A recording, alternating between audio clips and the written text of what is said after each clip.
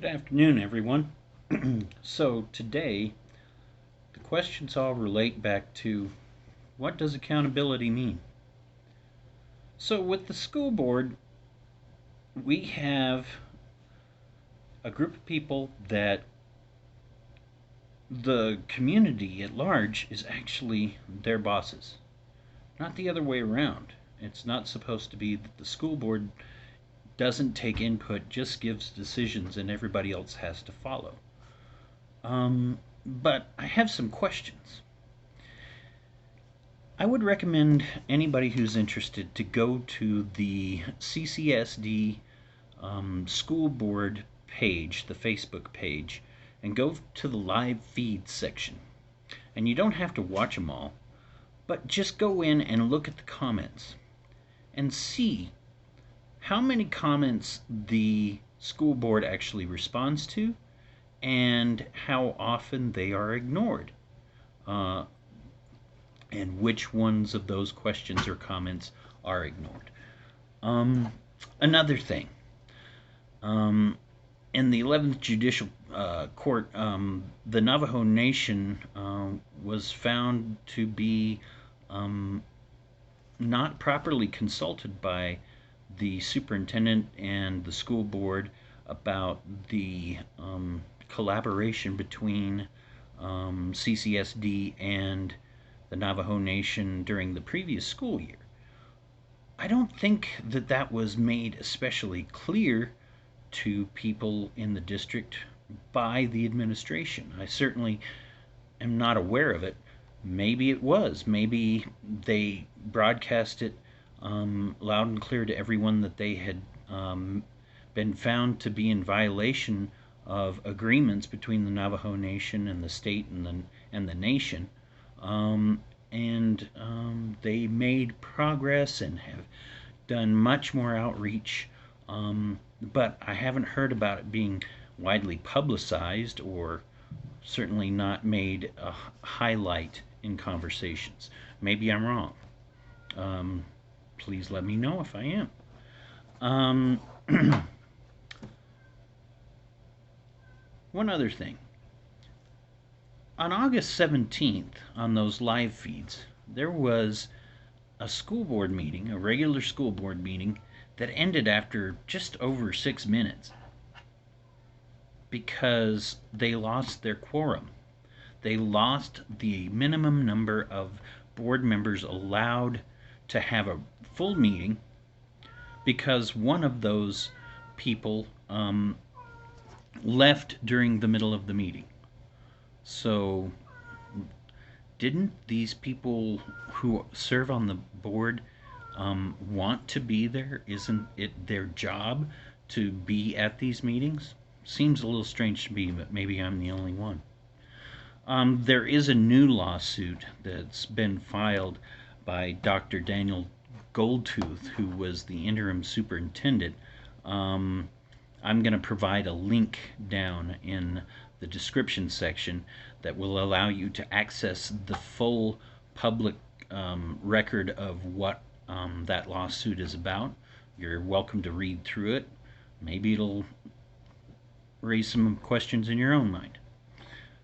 With that being said, I've got a question about who's going to be representing the school board and the other, the superintendent and the legal counsel for CCSD, Ms. Chappelle.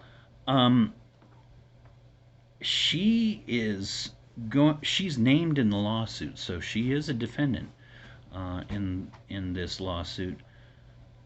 Is she going to be representing herself and the other school board members? If she is, there's an old saying about a person representing themselves in court. Maybe you know it. There's a question I have also about who's paying for it. If she is representing herself and the school board in this lawsuit, who's paying her for that? My guess is CCSD is going to be paying for that. And if she loses that lawsuit, doesn't that mean that she's going to be paid to represent herself and the other school board members? And what if they lose? Does that mean that she's going to make money off of that? It's an interesting question, I think. And that previous lawsuit, that previous legal action, maybe would be a better way to put it, she was paid for that too, if I'm not mistaken. And this goes back to accountability. If the school board and the administration keeps on getting dragged into court over things, and if they lose these things, the district, CCSD, is paying that money for these things to happen. It's not coming out of their own pockets. Someone else is paying for it. Who's paying for it? One could argue that it's the students and the families and the taxpayers of New Mexico who are paying for it, and that the school board, the legal representation, the administration, they don't pay for it, and it doesn't seem like that's much accountability to me. So, as a last part on this particular video, I'm going to be providing a link to the lawsuit filed by Dr. Goldtooth. I'm going to be posting links to KOB TV, KRQE TV in Albuquerque, the Farmington Daily Times. And the reason why I'm going to be providing those links is because it's going to take more than just one YouTube person, an old man, talking about these things. It's going to take community involvement. And I would say it's going to take making somebody famous. And I don't want to be famous. This is not about me. We can help the administration and the school board be famous in one of two ways.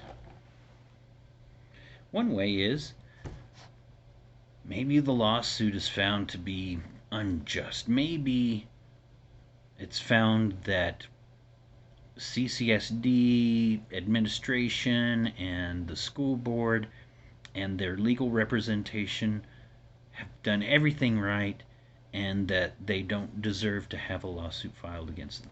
They should be famous for that then. I would argue that they would also deserve to be famous if it's found that these things are credible, and that if they are found to have done things wrong, they should be famous for that too. Just a thought. So, once again, everybody, keep your masks on, wash your hands, keep your social distance, and get a vaccination if you can. Thanks again. Have a great day.